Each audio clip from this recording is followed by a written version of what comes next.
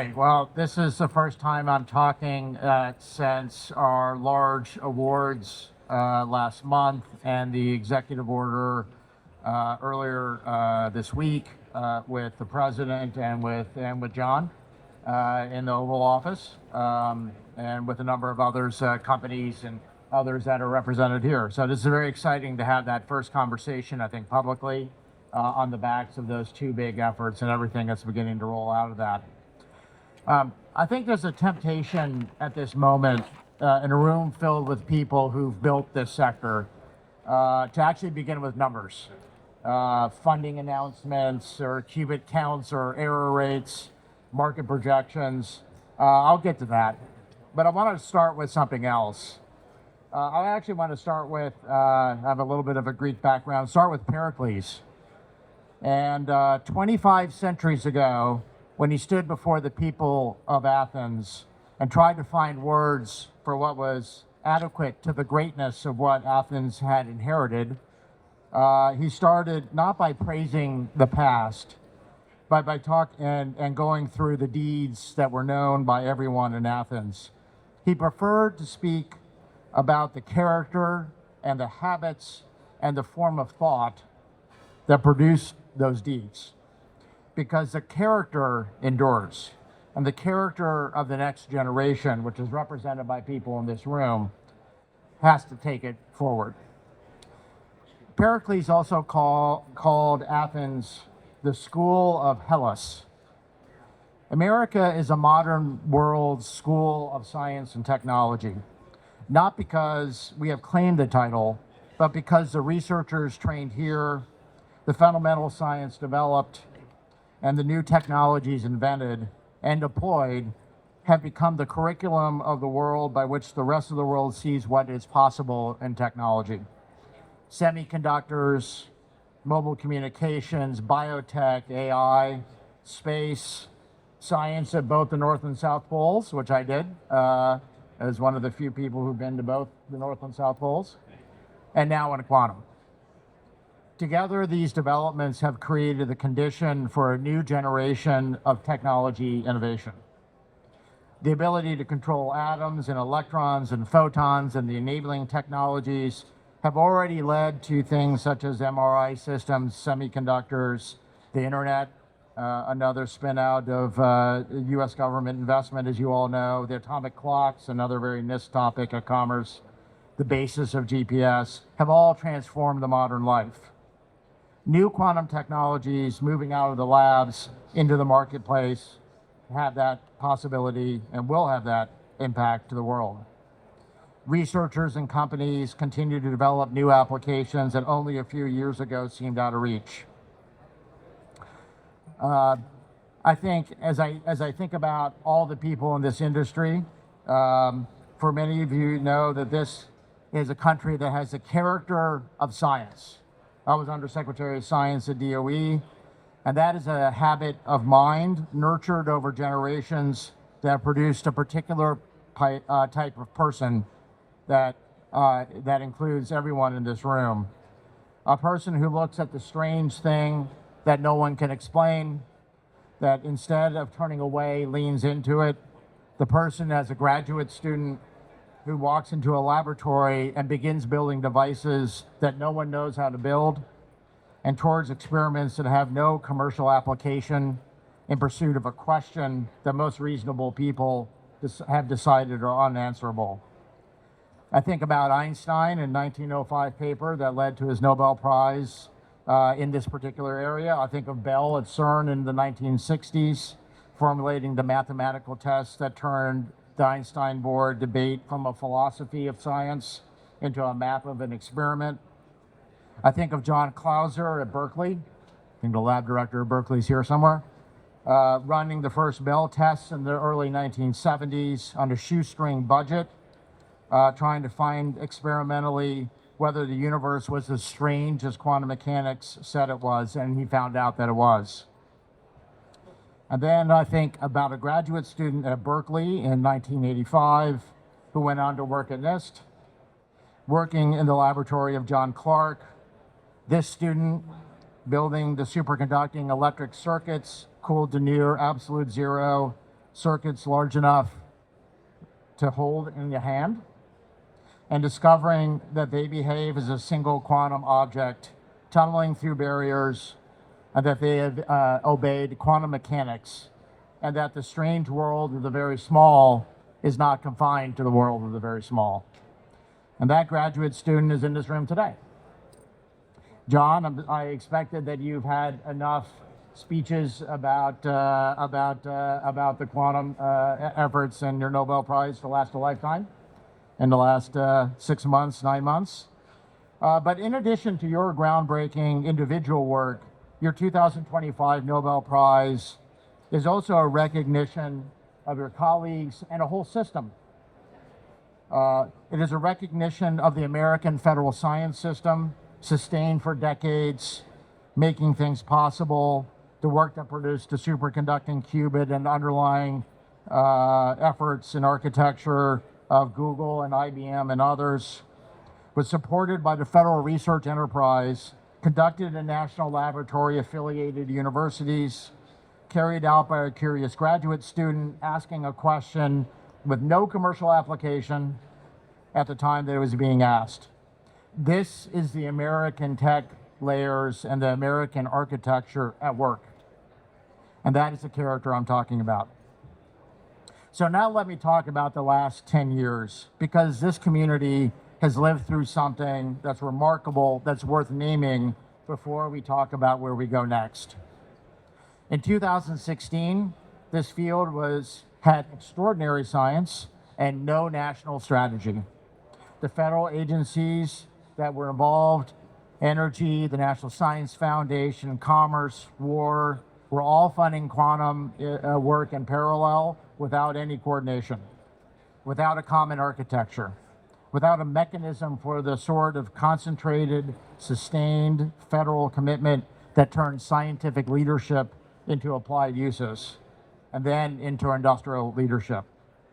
The research community, to its credit, had begun to organize through the National Photonic Initiative, and the case for federal action had been built. It was legislatively actionable at the time that President Trump and his team arrived in 2017 and took up as a signature science and tech effort of his administration. The National Quantum Initiative Act of 2018 did several things. It created a coordinated national effort across those agencies led by the White House.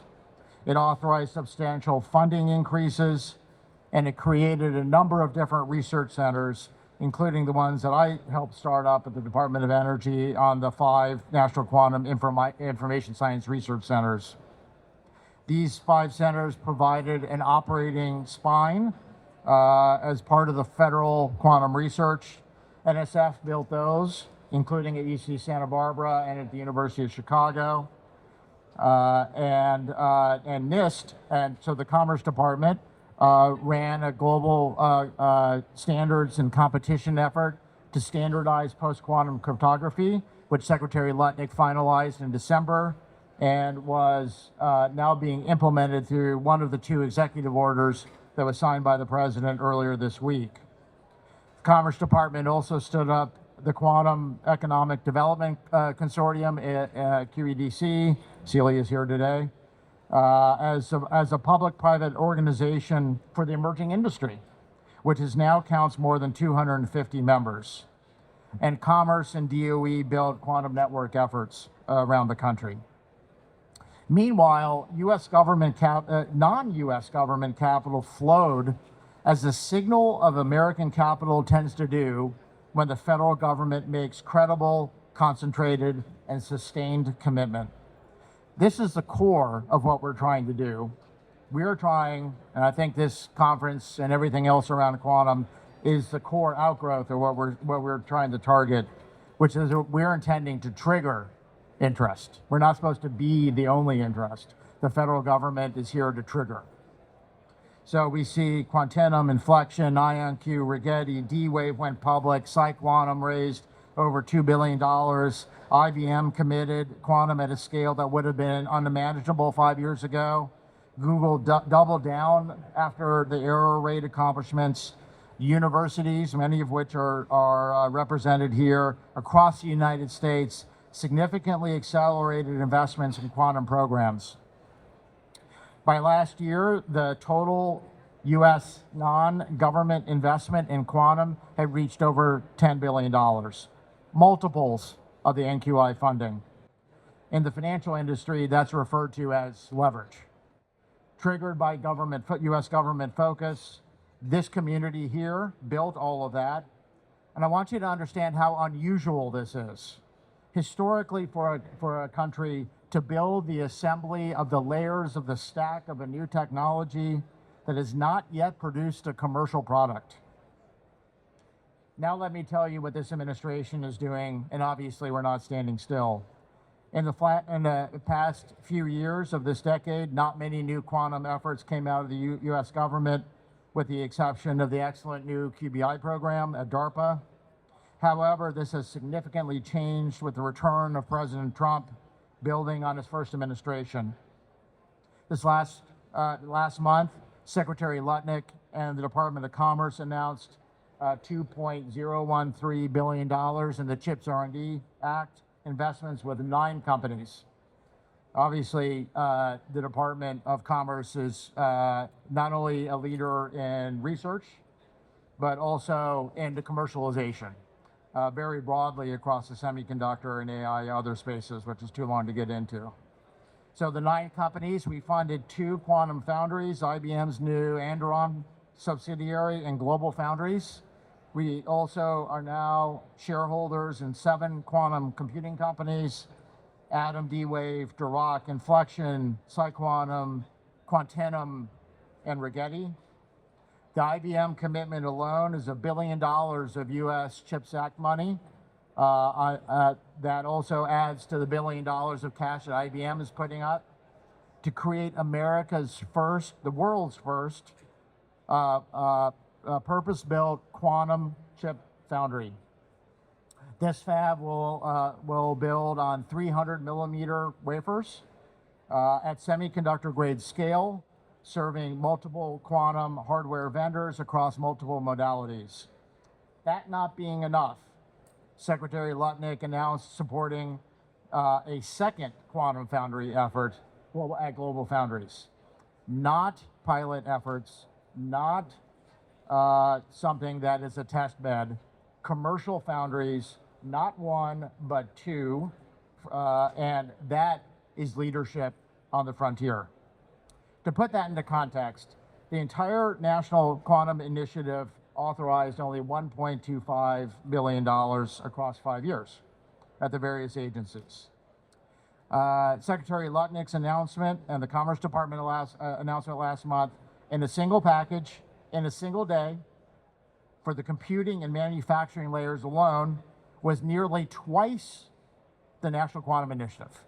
Okay, so put that into perspective. 1 day versus 5, double just in 1 day with 1 announcement. And you can probably guess there's a lot more going on than just that. That's not an incremental commitment. That's a statement from the President and the Secretary about where this country intends to lead. And we expect leverage from this investment to be even larger than the President's first administration. At the same leverage ratio, as I mentioned, 1.25 and $10 billion of third-party investment by companies, by universities, and so on.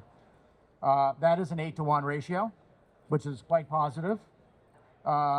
If we kept the same ratio of what we expect to generate in fundraising at Quantentum or PsiQuantum or Andron or others, the $2 billion that we announced last month should turn into $16 billion of various injection of investments across the sector.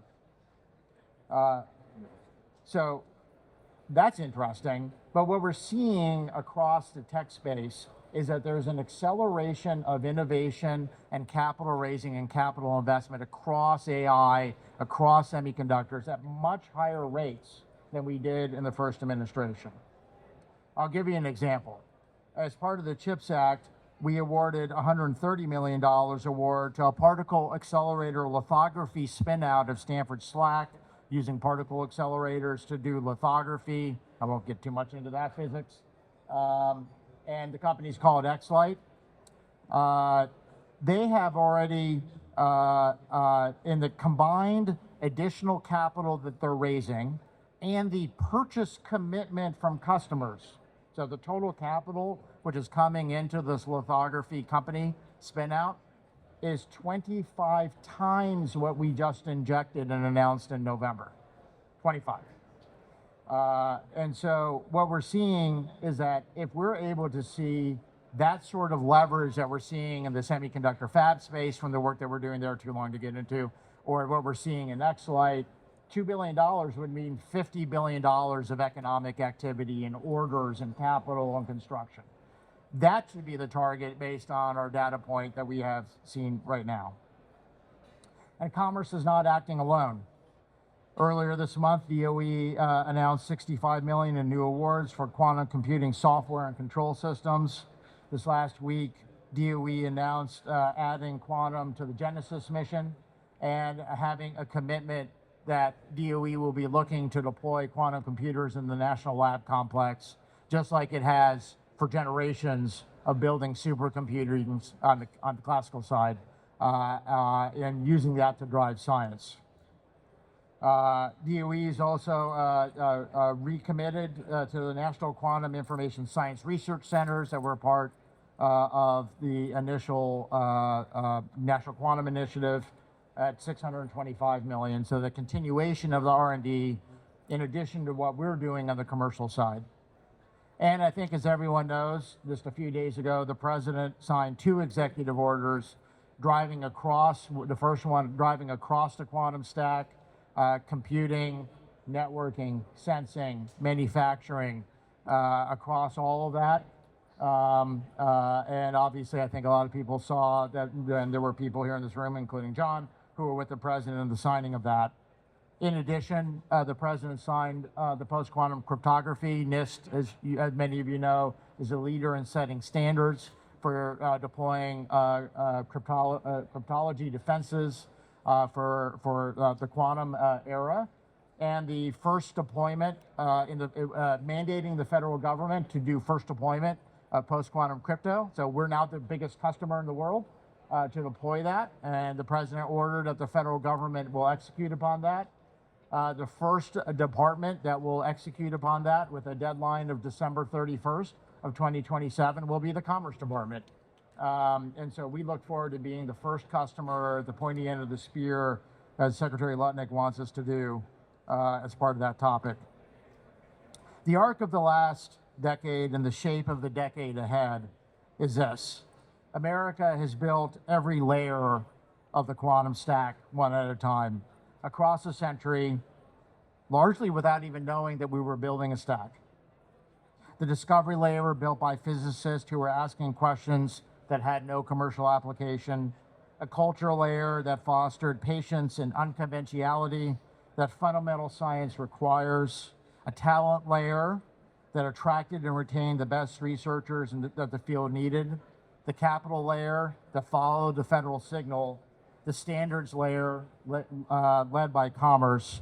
We're now building the industrial layer, building the world's first 2 commercial foundry companies, and building the supply chains and the manufacturing as the leading country in the world for manufacturing of quantum devices. We're building the markets layer for companies that are looking at deploying quantum into their operations.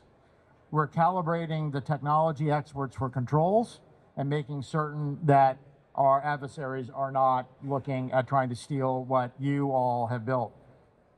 No country has assembled all of these layers at this scale. The breadth of the American position across superconducting, trapped ion, neutral atom, photonic, silicon spin, and topological qubits is a strategic asset in itself. The country that funds the broadest portfolio is the country that positions to scale the winner and winners when the evidence resolves, and we are taking the lead with the largest scale of investments and the widest breadth. Again, as I return back to Pericles, Pericles' oration was not a celebration, but it was a call. He asked for the living to look at what had been built, those who came before, to ask themselves whether they were prepared to be worthy of it. I look in this room and I have no doubt. The people in this room built the discovery layer. You did it with one graduate student, one laboratory, and one Nobel Prize at a time. You did it while the market did not yet exist. You did it because the questions were worth asking, because the physics was beautiful, because the implications, even though you could barely articulate them, were too important to be left unexplored. That is the character in science and technology. And as we see today in semiconductor design and in AI, our character across the technologies on the frontier. The country that completes the assembly of the stack would define the quantum century. The United States and the president intend that the country will be this country, and that the way we intend to lead is sitting right here in this room. Thank you very much.